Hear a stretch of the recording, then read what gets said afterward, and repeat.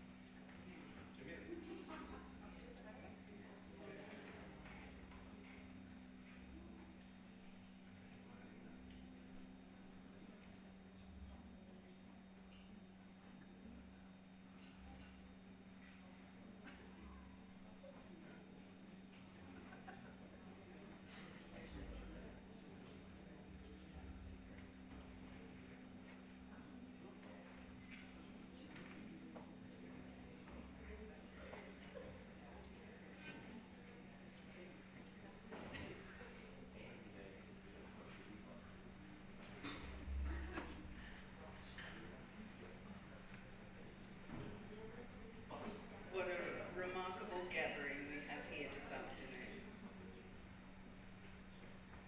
My name is Franchesca Cubillo and I am the Executive Director of First Nations Arts and Culture at Creative Australia. And I'd like to take this opportunity to acknowledge the sovereignty, the history, the ancestry of the lands we are currently having this important conversation. Ancestry and those who have gone before inform who we are as Indigenous peoples of the globe. And they take care of us, they guide us, and they protect us. And I want to thank them and honour them and acknowledge them for the opportunity to be here today.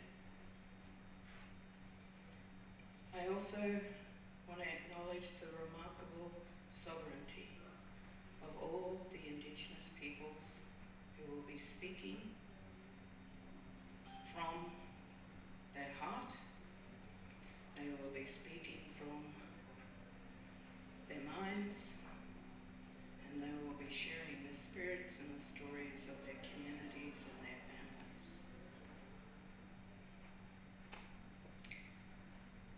The title of this conversation is called Enacting First Languages. But of course, really what it is enacting culture. It is enacting our heritage. Words allow us to speak to those who have gone before, and words allow us to prepare the way for those who will come in the future.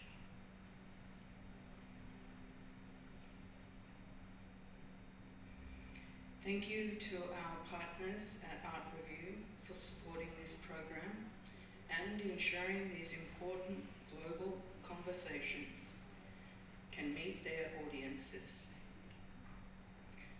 This afternoon's panel focuses on First Nations languages, on enacting, in sharing, and provoking. In Australia,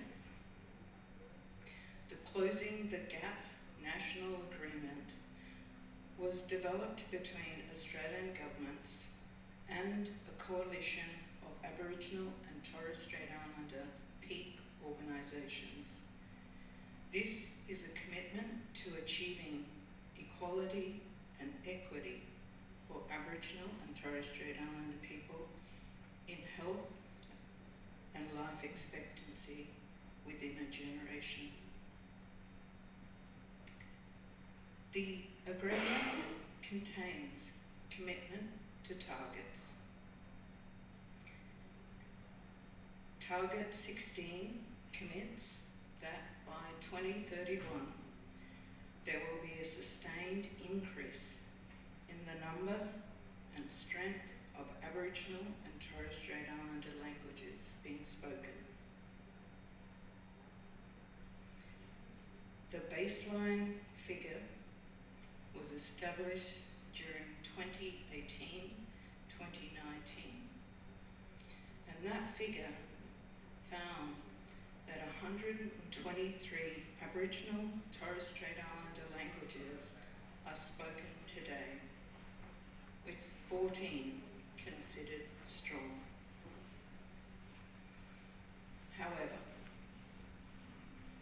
according to the National Archives of Australia, before British invasion, there were over 250 languages in the continent that we now call Australia, with at least 800 dialects. This was spoken right across our continent, Australia. The loss of language is profound.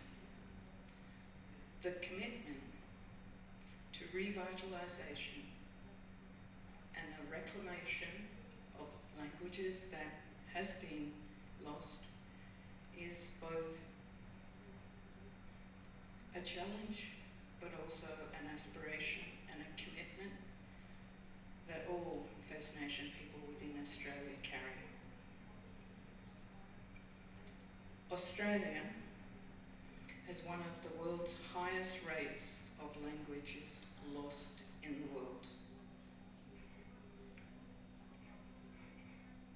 We are currently in the International Decade of Indigenous Languages, established by a proclamation of the United Nations General Assembly in 2022.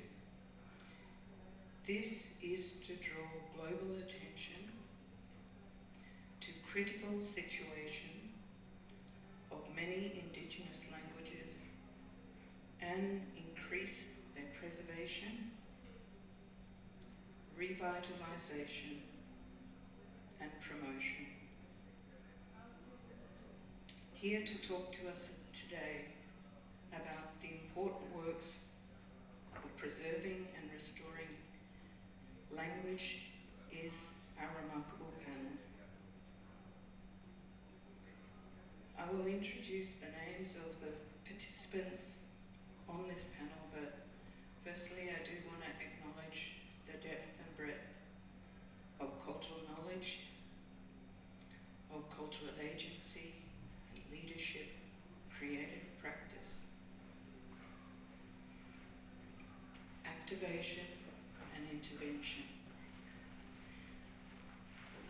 I am excited to hear from our Indigenous brothers and sisters from across the globe, and I hope you will join me in welcoming all of them after I introduce.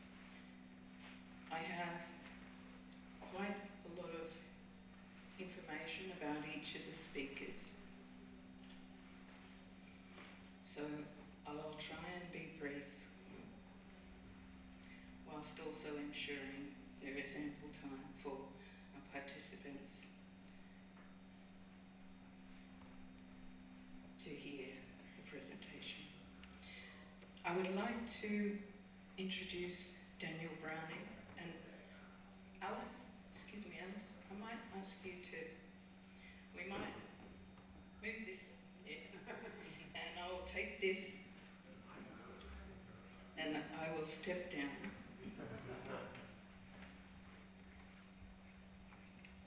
So that you can all see this remarkable panel.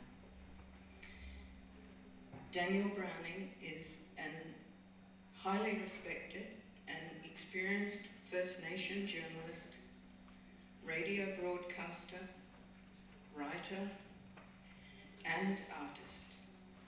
Currently, he presents the Art Show on Radio National and is the editor of Indigenous Radio with the Australian Broadcasting Corporation, where he began his media career in 1994.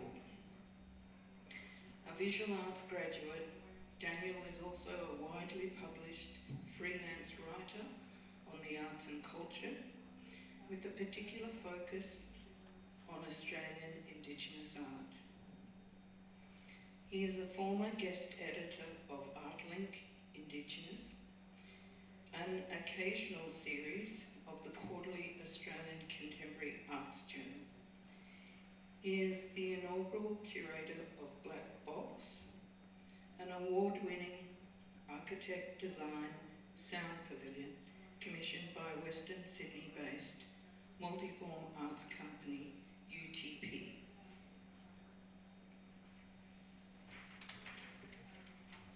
UTP was established to promote the voices of First Nation artists and communities through live recorded storytelling. Daniel is a descendant of the Bundjalung and Cubillo peoples of far northern New South Wales and southwestern Queensland. Please join me in welcoming Daniel.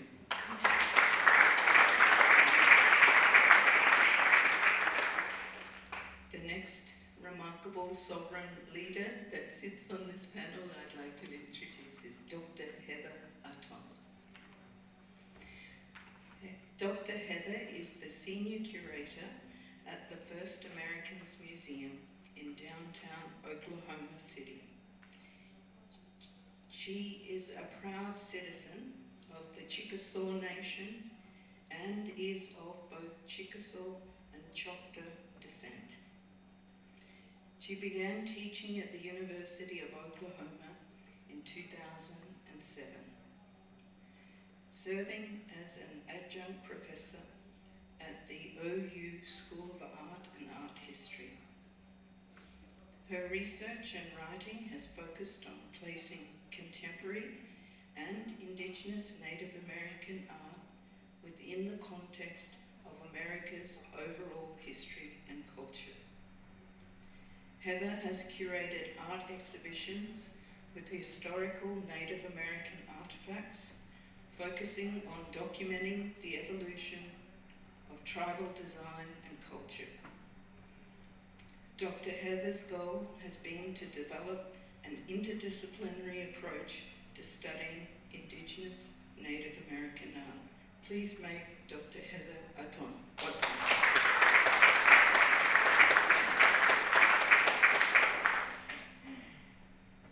I also have on my list Denilson Baniwa. My apologies, Denilson, if I pronounced it inappropriately. Denilson lives and works in Rio de Janeiro, Brazil. His career as an artist was shaped early in childhood, informed by the cultural references of his people.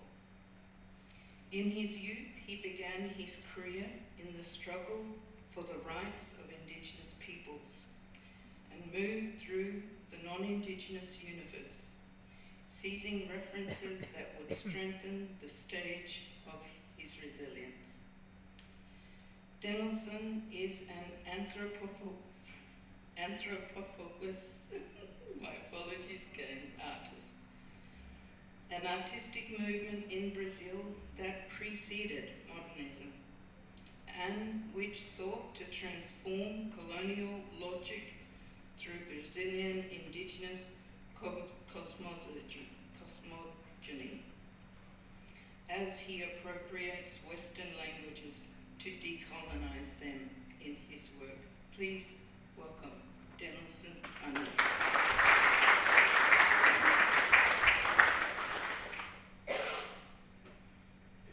The spaces that our remarkable speakers hold within their communities and within the global sector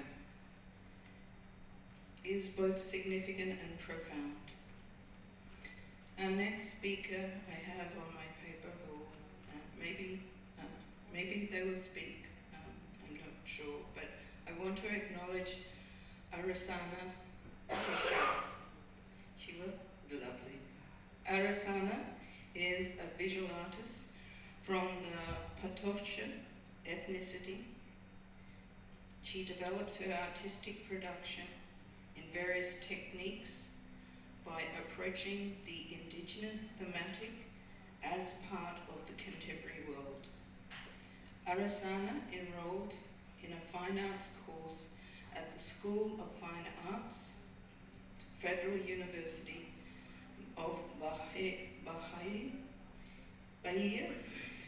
in 2005 and completed her degree in 2009.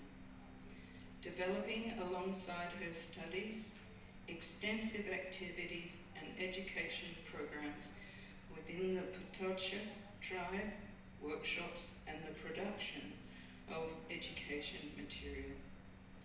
In 2007, Arissana had her first solo exhibition, So Oha Pataxó, at the Museum of Archaeology and Ethnology, UFBA, San Salvador, Bahia. Since then, she has engaged in the artistic world by participating in several exhibitions, such as the Regional Visual Arts Salon of Porto Seguro in 2009, the International Exhibition Eco Arte at the Museum of Art of Montenegro in 2011, and the most recent travelling exhibition, Mira, Artes Visuales Contemporáneas dos Povos Indígenas, showcased in Belo Horizonte and Brasilia. Please make Arissana feel very welcome.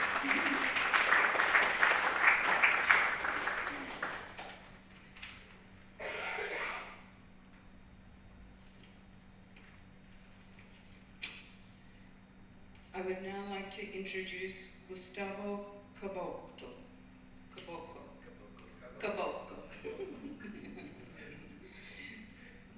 Sincere apologies. Gustavo is a Wapichana visual artist who works with the Paranara Roraima network, my sincere apologies, and on the path of return to the lands. In his production, he uses documental drawing, painting, writing, embroidery, animation, and performance to propose different ways of thinking about the dislocation of Indigenous bodies, reclaiming memory, and autonomous research in museum collections that aim to contribute to the struggle of Indigenous peoples. He is the son of Lúcia, Wapichana, with whom he works as well with several other Indigenous relatives. He has a degree in social communication. He is the author of the book Barasa Kawa. I'm getting really good pronunciations from here. I'm hearing my write-off, so my apologies. He designed the research project Retomada da Imagem, Reimagining Colonial Images in 2021 for the Paranara Museum of Contemporary Arts Photography Collection, which also resulted in a very important exhibition.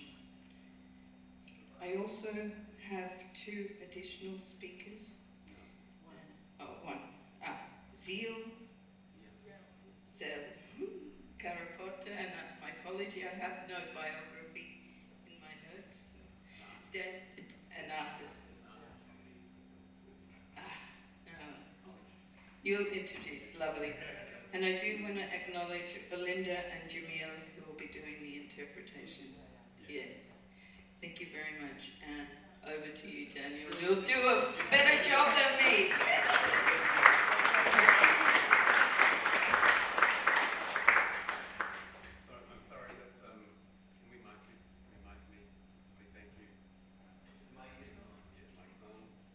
There we go. Sorry about that. Yeah, to turn it on. Thank you, Franchesca. You got through that beautifully. I do want to introduce one more guest on the panel, and that is Ziel Karapotó. He's one of the artists in the Hãhãwpuá Pavilion, formerly the Brazil Pavilion. As Franchesca noted, I'm Daniel Browning. I'm a Bundjalung and Kalali man, writer and broadcaster, and I present some very long-standing flagship radio programs away and speaking out. Also present the art show. Enacting First Languages is the theme of today, and I want to begin by acknowledging also Jamille Pinheiro and Lúcia as the translators for our guests from Brazil. If you haven't seen the shows that we're talking about, we're going to be talking about the US Pavilion, Jeffrey Gibson's installation, the Brazil Hãhãwpuá installation, the pavilion there, a show called, an exhibition rather, called Hãhãwpuá, We Are Walking Birds, of whom our guests are the artists and curators, and also Archie Moore's Kith and Kin, which is the presentation in the Australian Pavilion. So 3 pavilions to have in your minds. If you haven't seen them, please do go and see them. Also, my first question will be to our guests, from our very esteemed guests. I could sit here and talk about Archie's work all day, but I won't do that. My first question is to Arissana and Gustavo as two of the curators, and Denilson as the curators of the exhibition. About language in Brazil. We've renamed the pavilion Hãhãwpuá. Can we talk about that word, Hãhãwpuá?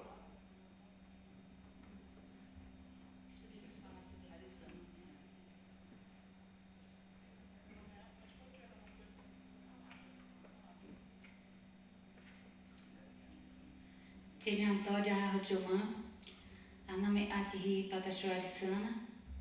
Então, eu sou Arissana Pataxó, como já me apresentaram, sou artista e também professora na comunidade. E trabalho com... tem a tradução. Well, she's introducing herself, Arissana Pataxó, artist, but also a teacher in the community. Eu também sou professora de arte e da língua Pachorrã. And I teach the Pataxó language. And art, yeah. E vou aproveitar e falar pouco da questão do nome, depois Gustavo fala da renomeação do pavilhão. So she's going to talk about the name of the pavilion, and then Gustavo is going to talk about why the naming the pavilion that way. Então a palavra Hãhãwpuá, ela vem da palavra Hãhã, que significa terra, né, o lugar de origem, o lugar de nascimento de determinado povo. E o Hãhãwpuá seria esse território muito maior que a gente chama do Brasil. So the Hãhãwpuá comes from Hãhã, which means terra. The territory, and Hãhãwpuá is this great, big, large territory that is now called Brazil.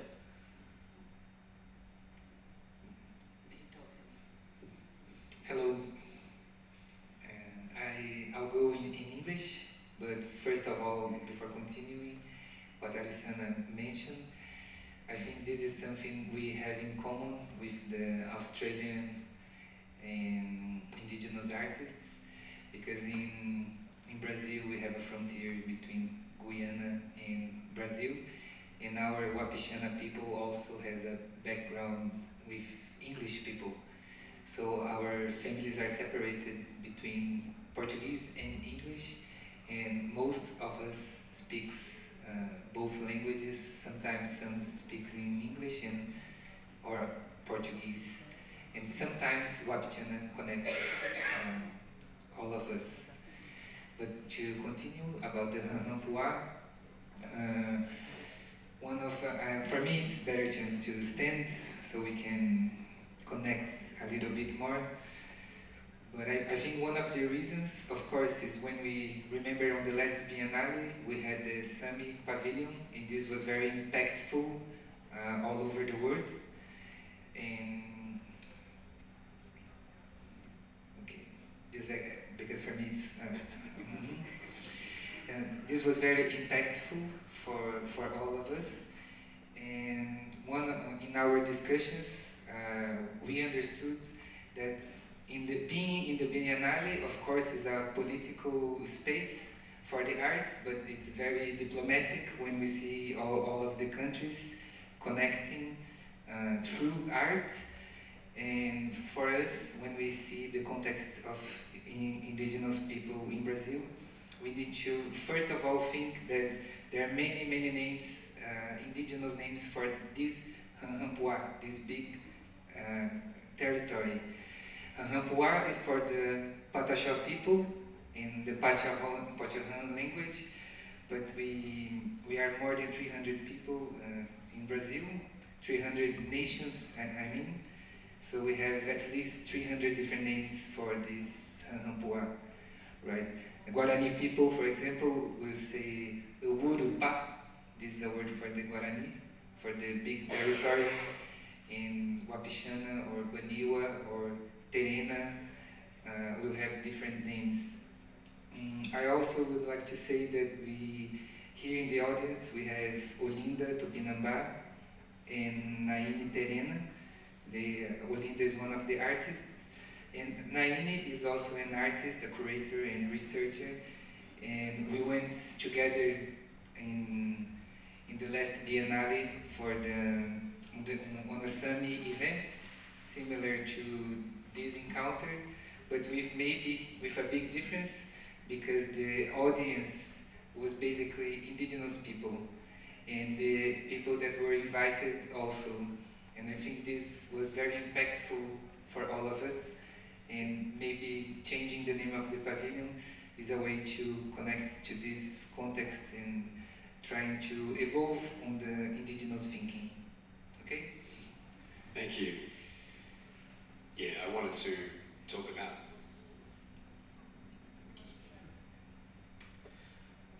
Purangacaruca, Sianama Itá, Perumo, Coe, Caturetá. Enfim, eu falo algumas línguas do meu território e eu tenho repetido que a única língua do colonizador que eu aprendi é o português. Um pouco de rebeldia. He spoke first in Baniwa, and he said he speaks several languages of his territory, which is a multilingual territory, but the only colonizing language, colonizer's language that he has learned is Portuguese.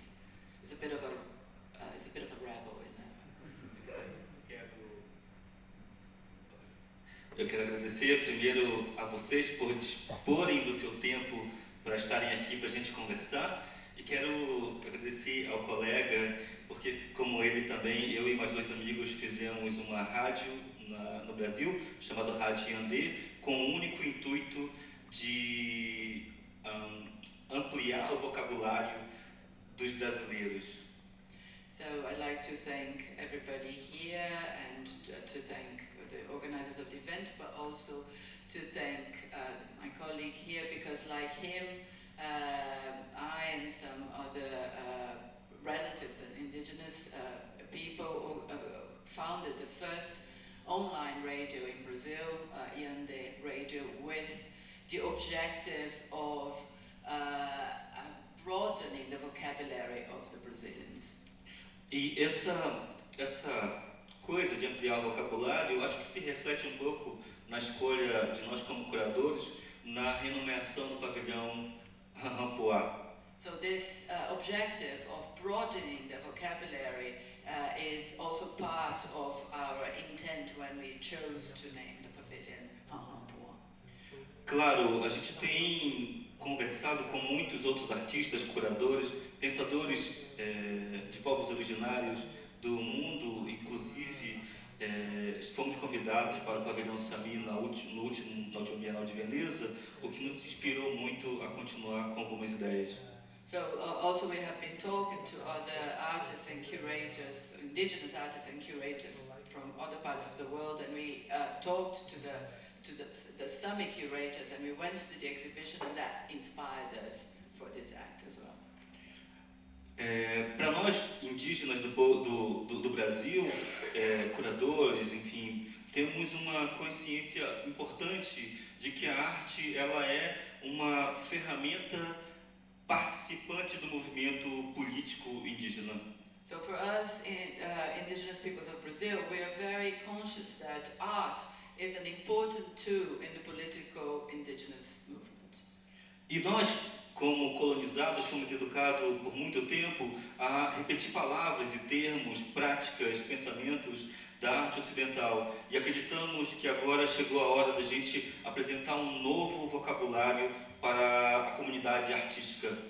So as colonized people, as artists, we were taught to repeat words and repeat practices, artistic practices, and we think that now it's time to introduce new vocabulary and new practices into the art community.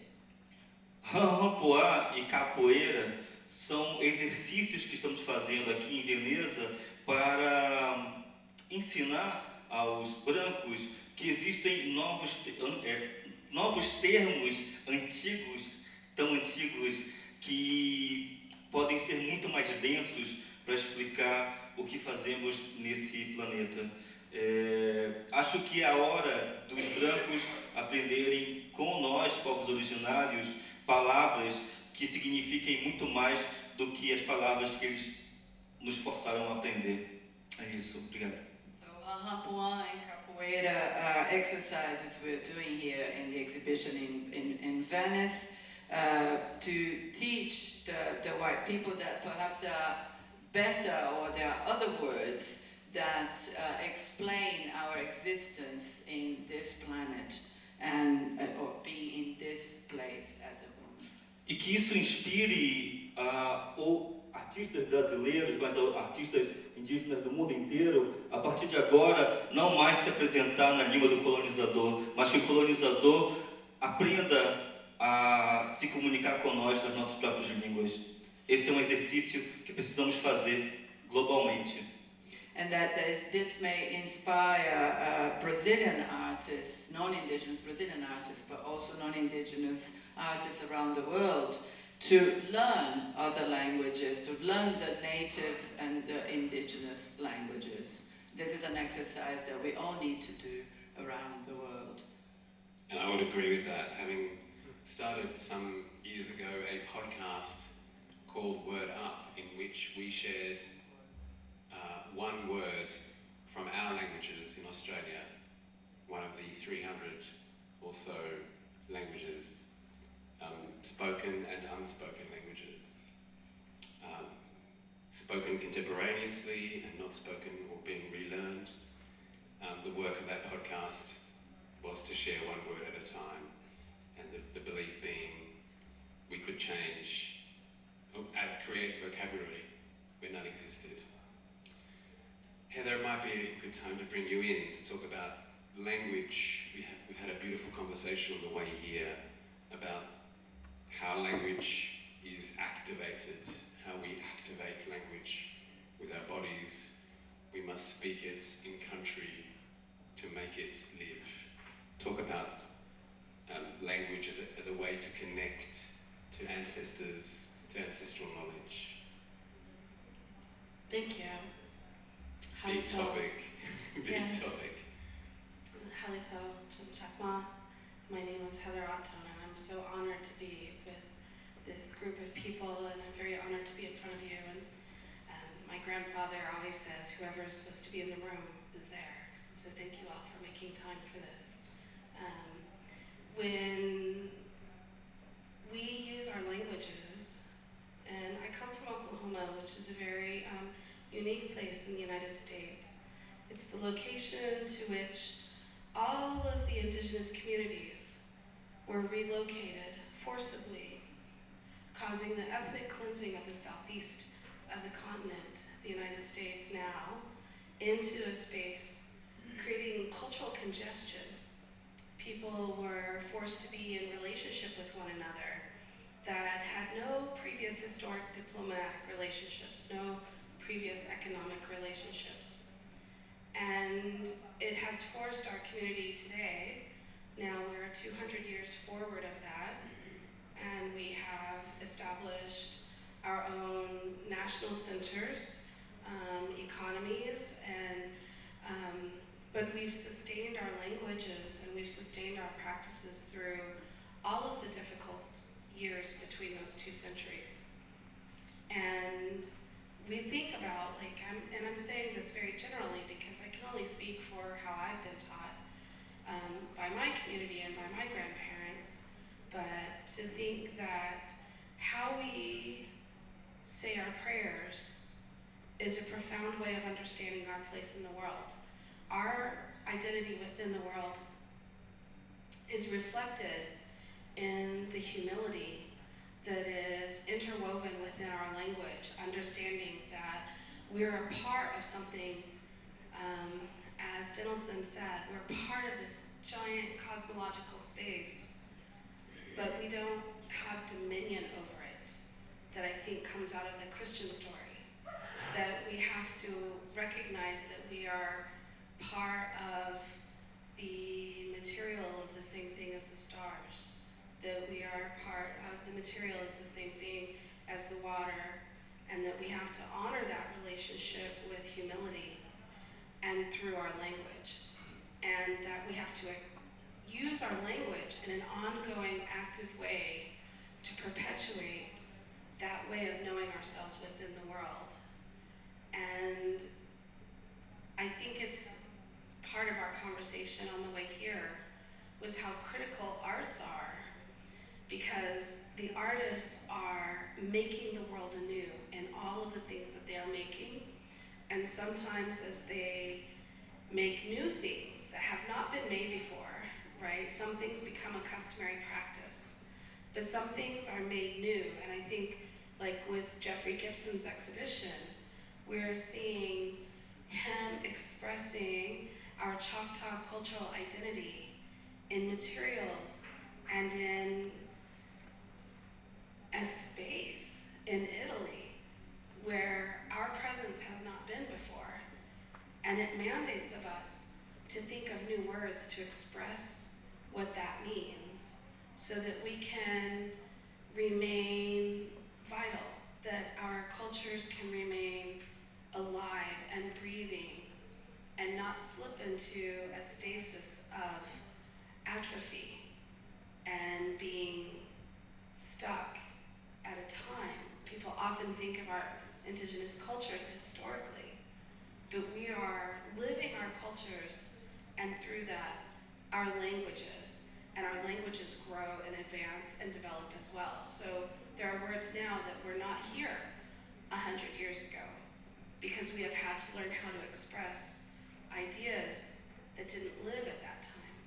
But now we're here and we come up with that. And so within the Chickasaw Nation, our language program has regular meetings to come up with new words, because 50 years ago we weren't texting. So now we have words for text. Now we have words for the cell phone. Now we have words for Star Wars characters, right? I mean, we have to be allowed to evolve in that, but we don't have to give up our identity in that evolution and development of who we are. In fact, in Australia, there's a language revival project to do with the Kaurna language of the Adelaide Plains in southern Australia. And the word that they devised in trying to describe name a computer, lightning box. So a word for box and a word for lightning conveys what happens in the computer. And this is not a, it's still pure, because we've agreed this is a lightning box. It's not my language, but this is the word that they've agreed is their word for computer. Ziel, as one of the artists in the Hãhãwpuá Pavilion, your work visually represents a site of conflict. The maracas and then bullets suspended in the air as if in mid-flight. It's a beautiful work. I want an artist to talk about art too today. So could you talk about your work in the Hãhãwpuá Pavilion, please?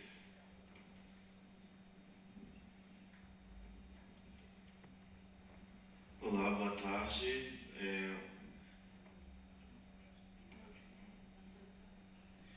Hello, good afternoon.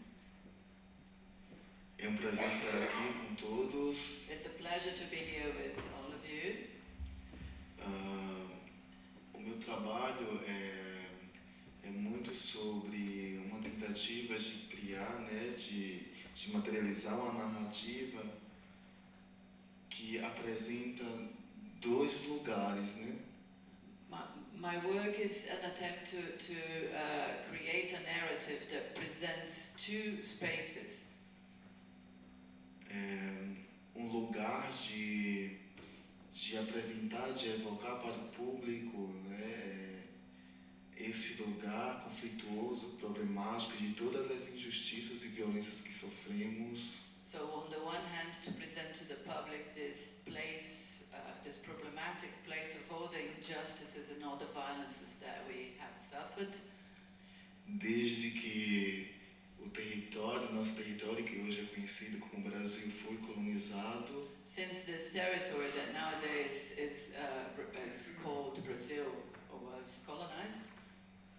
Algo que se perpetua desde então, né, há mais de 5 séculos. Something that continues has been continuing for 5 centuries. E em contraponto, né, traz aí essa relação da nossa força, né, das nossas existências. And on the other hand, the work also brings our resilience, our resistance, our strength. Então, se de um lado é um manifesto, uma denúncia, so on the one hand, it's a denunciation, a manifesto. É também um lugar, um território que projeta a nossa força, a nossa luta política e poética, estética também.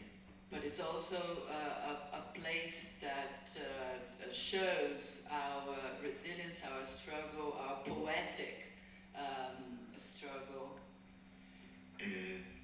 Então é uma instalação composta por redes de pesca.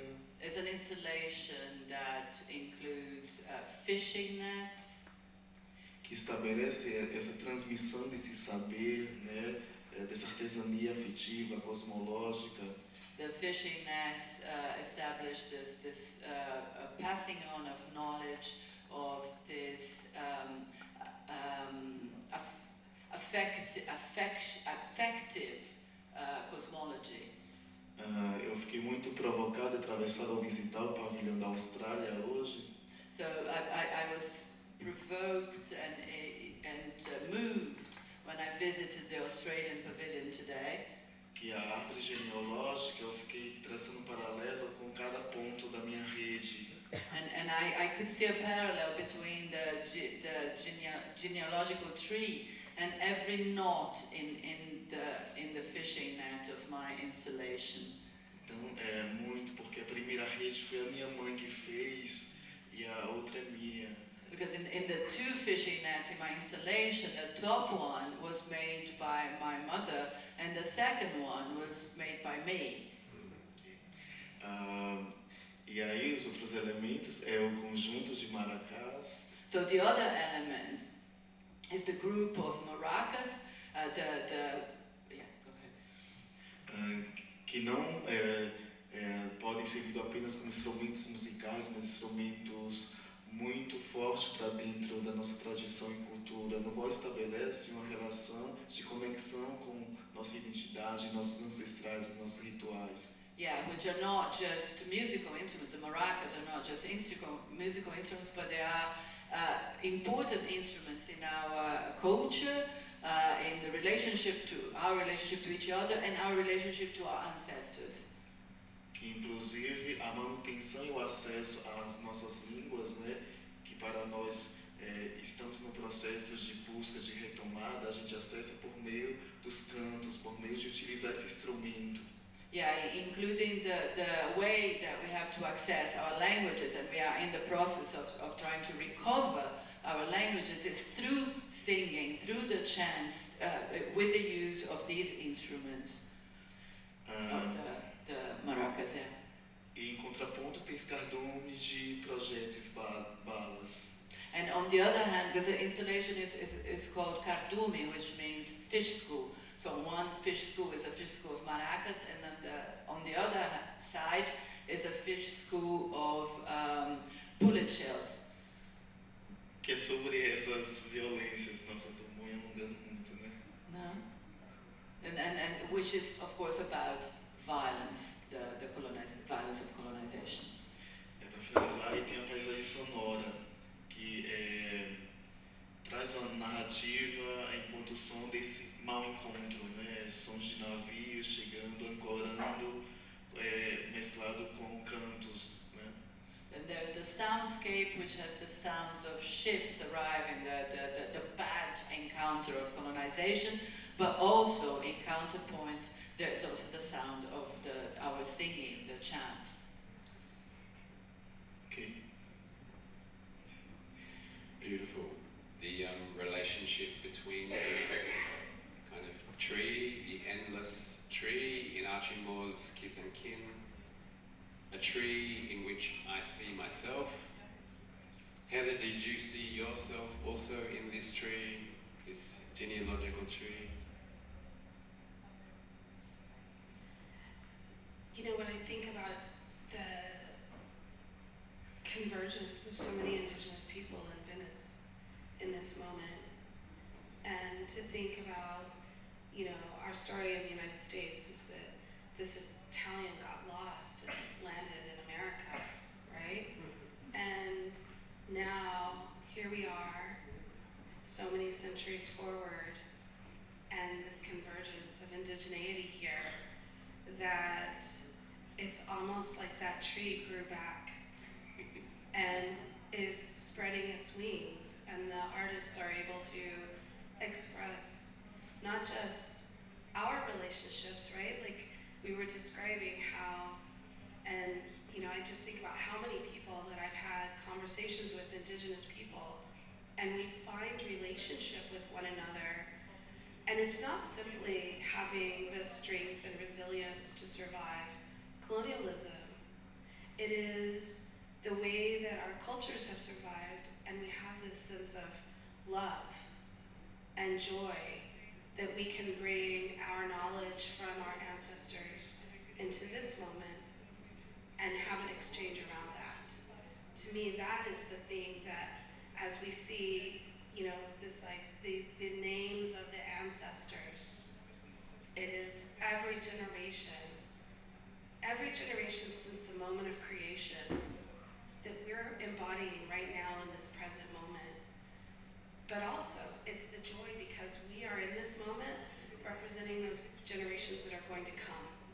And we can express joy and gratitude for them, and here maybe build good relationships, maybe grow a forest, right? Not just one tree, but grow a forest, to think about the good things that our cultures have to offer, that despite all the reasons that we shouldn't be here, despite generations of personal stories that I know of my family, my grandmother, my mother, my great-grandmother, and that they were not expected to survive, right? And here I am, and here are they. And filling this room with that love And to me, that's what's so beautiful about the presence. It's so beautiful about the pavilions, and they have these names that belong to these colonizing countries.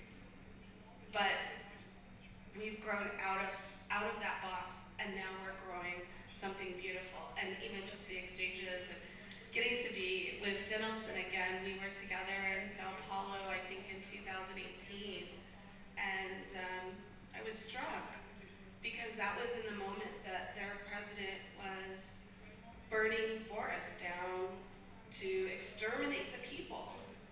And I remember being asked, what can we do? And all I could remember, and this is what strikes me that we're sitting here again, all I could say is hold on to your language. Because of everything else, the language will connect us to that past and the future. I want to add something on it. It was really nice to hear when you say generation, because you're saying that you're feeling that there is this generation of people coming with you, and then you use the word regeneration when you're talking about the land. So I think this is very beautiful when we think about people and the land, and this is actually what it means. Capoeira in our pavilion. Capoeira, the name of the exhibition, is about this technique, this strategy of regenerating our generations as well, like you said. So I think this is very beautiful. Thank you for sharing, and I like hearing what you said. And yes, I had other things to say, but maybe I'll just... No, if you have something to say, just say. There's a beautiful, I've never cried in an event that I moderated, so I just cried. I cry all the time too. Just generally not in an event I moderate. Okay, so while you're emotional... I'm okay, I'm under control now. I'm back in the room.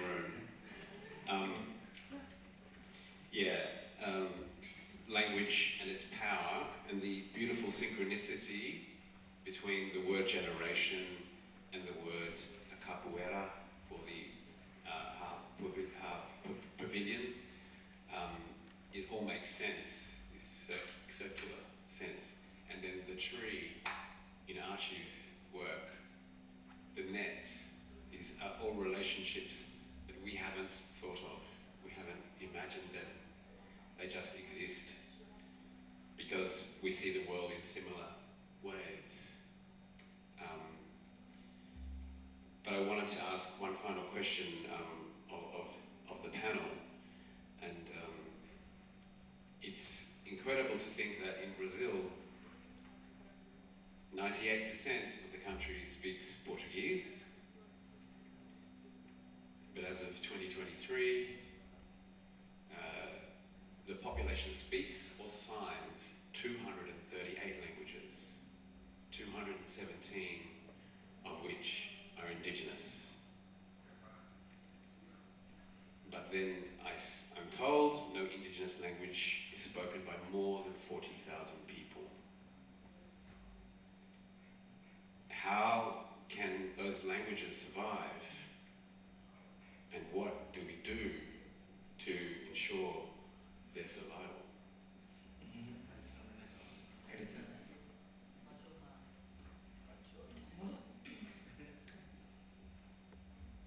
Posso falar? Então, eu não sou especialista em línguas indígenas. Pode traduzir. Eu disse que eu não sou especialista em línguas indígenas. I'm not a specialist in Nós any temos, of the languages. nós temos vários indígenas no Brasil que estudam, especificamente, discutem a questão das línguas indígenas no Brasil. There are several indigenous people in Brazil that discuss and study the issue of indigenous languages. Mas acredito que nós somos parte também desse movimento que também tenta de alguma forma colaborar.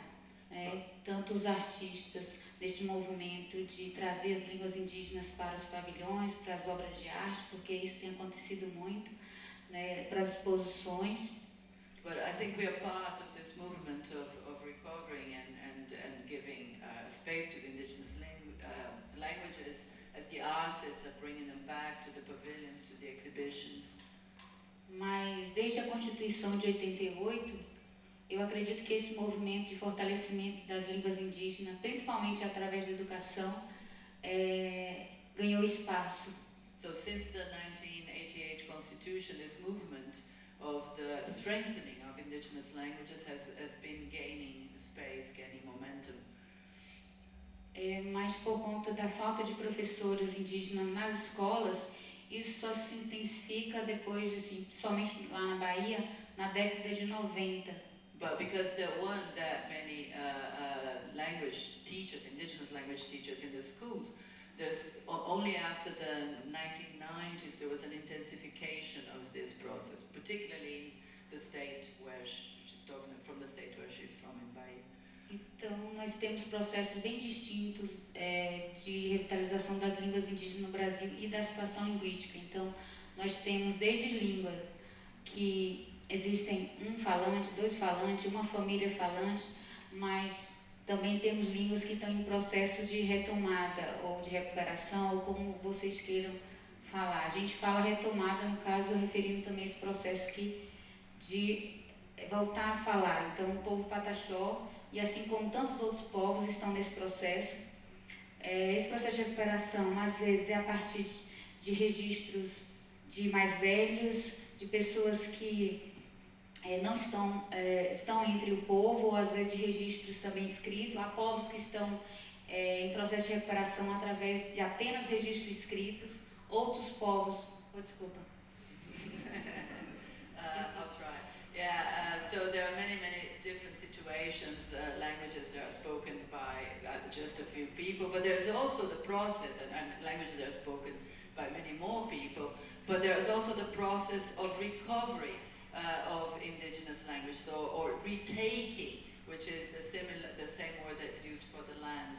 And the Pataxó are in that process of recovering the indigenous language, and that process of recovering happens through the communication with the elders, the memory of the elders, but also going back to the written records that existed and studying those written records. A região Nordeste, né, que é o litoral brasileiro, que primeiro foi invadido, teve maior processo de perda linguística, extinção de muitas línguas indígenas no Brasil. E a região mais centro-oeste, né, ficou mais resguardadas as suas línguas. Mas justamente... So in the northeast, which is the area where Arissana is from, it was the first encounter with the colonizers, and that's where there was the greatest language loss in the territory now called Brazil. If you look at the center-west region, the middle of the country, there was much less language loss in that sense. Então, devido ao processo de colonização muito intenso, muitos desses povos nascem falando português, grande parte, maioria, no Nordeste. So in the Northeast, because of this intense and violent process of colonization, many people were born speaking Portuguese. E aprendem a língua indígena em meio ao português, com palavras misturadas. So they learn indigenous language together with Portuguese, or in the middle of Portuguese, with a few words mixed with Portuguese. E depois fortalece a língua através da escola, da educação escolar, que geralmente é ensinada do pré ao ensino médio. And then they strengthen their linguistic knowledge in school with the indigenous language that is taught from primary school through the high school. No caso do povo Pachuhan, já tem mais de 20 anos que a língua é ensinada nas escolas indígenas. In the case of the Pataxó, the Pachuhan language has been taught in school for over 20 years. É isso. E eu gostaria de agradecer já, que eu não sei se eu vou falar depois, Yeah, so I'd like to de trazer essa discussão para para a arte, que eu acho que é super importante a gente discutir também a língua não só no âmbito da educação escolar, mas em outros lugares também. So I like to think that the possibility, the opportunity to bring this discussion of language to art, because I think it's important to think about Indigenous languages not only with respect to education, but also art. Absolutely. I mean, if you look at the work of Archie Moore, Denilson, you have something to say. Ok. Acho que a experiência do Brasil, ela é muito parecida com a experiência no resto do mundo. Os povos indígenas fizeram e fazem sua parte desde sempre para manter sua cultura viva, né? As suas línguas vivas. No Brasil, estamos em 2024, até agora o Brasil reconheceu oficialmente apenas 17 línguas indígenas. Essas 17 línguas...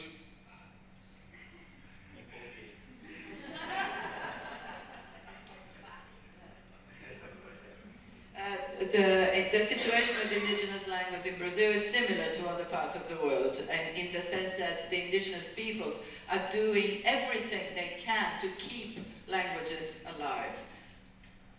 Me desculpa, é que esse assunto me causa bastante I get excited, yeah. And the Brazilian government has... O governo brasileiro reconheceu até agora, em 2024, apenas 17 línguas no Brasil. Isso é ridículo. So Brazilian government up to 2024 has recognized only 17 languages, which is a ridiculous situation. O movimento indígena brasileiro, desde os anos 60, vem lutando por reconhecimento das línguas e para a criação de escolas bilíngues com apoio do governo de educação para criar livros bilíngues. Em 2016, o governo parou de produzir esses livros bilíngues com qualquer desculpa. So since the 1970s, the Indigenous movement has been fighting for bilingual education in schools and for the creation of bilingual school books. And in 2000, it's a long fight from the Indigenous movement, and in 2016, the Brazilian government stopped the production of bilingual textbooks. Todo o esforço para as escolas indígenas continuarem funcionando, os professores indígenas terem ferramentas, basicamente é através da sua própria comunidade. So all the efforts for the Indigenous schools to continue working, to stand up, and for the education to continue is thanks to the communities. A gente precisa urgentemente que o governo brasileiro reative a produção de livros bilíngues e apoio para as escolas indígenas. So we need urgently for the Brazilian government to reactivate, to start again the production of bilingual textbooks and support for bilingual schools and indigenous schools.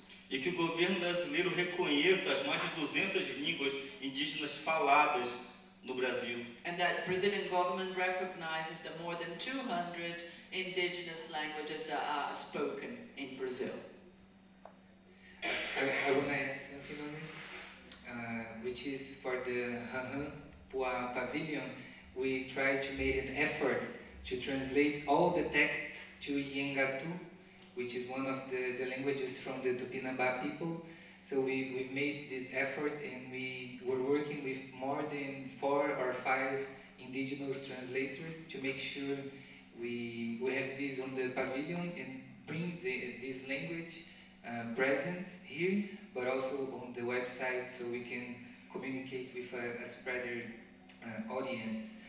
I think my last comment about language is that I think we have to even amplify the debate. Of course, this can be for another moment, but when we're thinking about language, for the Wapichana people, language was one of the ways we created the word. The shamans, the marinal, how we call them, that's how they created the word. They say water, and water is made. They say fish, and fish is created, until everything was spoken, and then the word is as we are living now. So you were saying about the artists, like they can transform the word, but when we think about the marinal, they have this ability of reading the word and transforming with words. This is a way of transformation. So language is very powerful. We call this puri in Wapichana. Heather, some final remarks perhaps from you about the language in art. It may not be a big feature of Jeffrey's installation, but language in art in the American context, how important is it, do you think, that artwork continues to work with language in this project of revival? Well, I think one of the things that people don't always understand, particularly, and I'm just speaking of Indigenous American art because I don't know the whole global world, but is that the way that we've recorded our knowledge is through the designs and through the use of color and through the use of particular motifs or the repetition, like, is as important to be making the artwork, to create that, to carry that knowledge across, right? It's like it's encoded. The knowledge and our identity is encoded into the materials and into the use of the colors and the orientation. And certain colors represent like a direction, or they represent a certain kind of being, a kind of way. And the designs represent, you know, our relationships to one another. And the way that Jeffrey has taken those collective resources and then interpreted them into a way that expresses his own personal space, creates a way for him as an artist who all of the expansiveness of who Jeffrey Gibson is, right? And it's the expansiveness of the Indigenous experience, the spectrum of indigeneity is expressed through art and through that, through the way that we, at one level, remember to pray. And we also have prayers that regenerate the world into a good way. We have dances that we do every year that regenerate the world into a new being and a new health and well-being. And then we muck it up and we have to do it all again every year. But these things are all related. Because if we don't have our songs, we can't regenerate the earth. If we don't have the earth, then, you know, all of that is into the art, right? So the materials, the songs, the prayers, the way of thinking about the world, it is inseparable. And so we protect it all. We have to protect all of those things. And I just think that, you know, people don't always think of art and the language of art as being necessarily indigenous and cultural, but I think it is very distinctively that for each of us. And I don't know how many people got to see the dancers at this morning in Jeffrey Gibson's installation, but the dancers were important because if you don't know about the dancers and if you don't know how we dress ourselves, if you don't know how we look to one another, Jeffrey's work just looks like very geometric, modern artwork. But what he's doing is creating the world in a new way for us to move forward into that space. And his use of language while relying on English, he's even creating new ways to understand an alphabet, right? He's creating new ways to read into it the things and challenging what we know about phrases that are used. All of that is coming out of his work, and just, I think, and it is the critical power of what art can do is to help us to express the depth of our being and our souls and our identities through color, and but also all of that is language. That is not separate.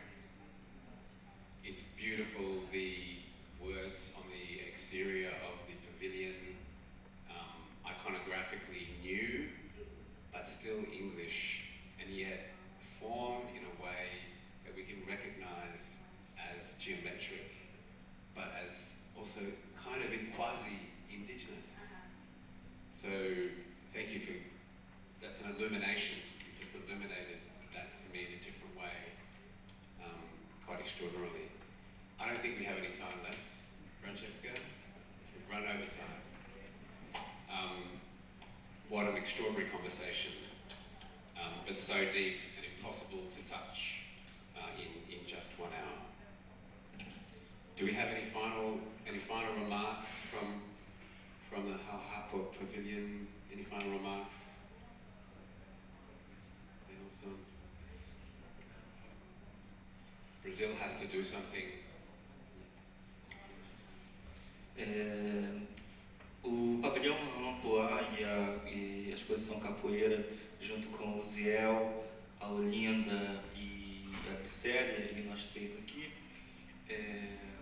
trazemos para Veneza uma perspectiva brasileira, mas eu acho que conversa com muitos outros povos do mundo inteiro, que para nós somos estrangeiros em todo lugar, é muito mais do que uma metáfora ou de um tom poético. É uma realidade presente, violenta, nos tempos atuais.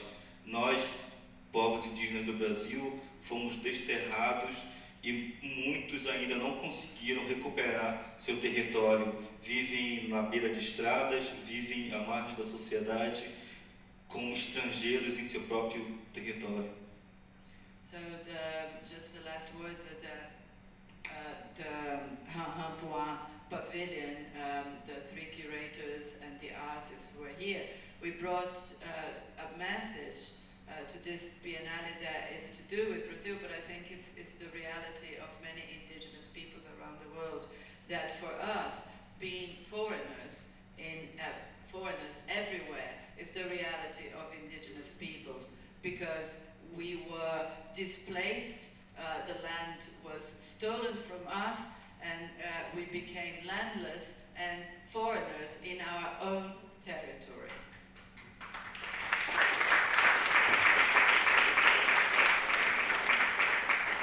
And this is a beautiful point on which to finish. We know what it is to be foreigners in our own country. Can you please join me in thanking our panel, Heather Ahtone, from the Hãhãwpuá Pavilion, Arissana, Pataxó, Gustavo, Caboco, Wapichana, Denilson, Baniwa, and artist Ziel, Karapotó, and our translators, Pinheiro,